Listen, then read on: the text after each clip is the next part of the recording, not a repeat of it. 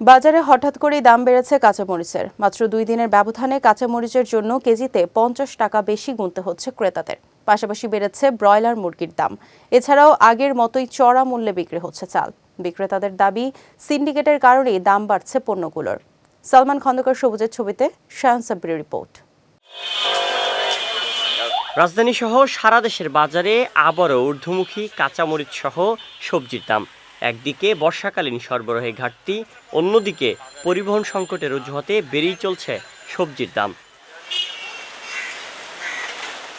এদিকে সপ্তাহের ব্যবধানে দাম বেড়েছে ব্রয়লার মুরগিরও।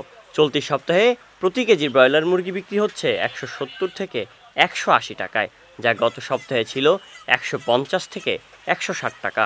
এছাড়া চালের দামেও অস্বস্তি দেখা গেছে ক্রেতাদের মাঝে। হ্যাঁ, এইদিকে একটু বাড়তি লাগতেছে। কিছু কিছু জিনিস দেখা যায় যে দাম কমায় নাই, কিন্তু বাড়ছে। কিন্তু চাইলের দামগুলো কিন্তু কমায় নাই। বাজারে সব কিছুর দাম 10 টাকা বেশি। বাজারে সব ঊর্ধ্বগতি। কাঁচার মুরগি যায় 200 টাকা কেজি, মুরগি 300 টাকার নিচে আছিল, অনেক 340। বাজারে হঠাৎ করেই কেন দাম বাড়ছে পণ্যগুলোর, এমন প্রশ্নের জবাবে বিক্রেতারা বলছেন, সিন্ডিকেট, বর্ষাকালীন সরবরাহে ঘাটতি ও পরিবহন সংকটের ফলেই পণ্যগুলোর দাম ঊর্ধ্বমুখী। সব সবজির দামে 10 টাকা 20 টাকা করে বাড়ছে। গত সপ্তাহে করলা ছিল 60 টাকা কেজি, এই সপ্তাহে 100 টাকা, 80 টাকা, 90 টাকা কেজি। গত সপ্তাহ থেকে এই সপ্তাহে মরিচ 1 কেজিতে 50 টাকা 60 টাকা পর্যন্ত বাড়ছে। বাড়ানো চারিদিকে বৃষ্টি, বন্যা, এই জন্য বর্ষা, তো এই জন্য একটু দাম বেশি। ব্রয়লার আমদানি কম। আমদানি কম বলতে যেদিন মাল কমা হয় এদের দাম বাড়ায় দেয় ডিলাররা, এই মহাজনরা। এই হলো সিন্ডিকেট।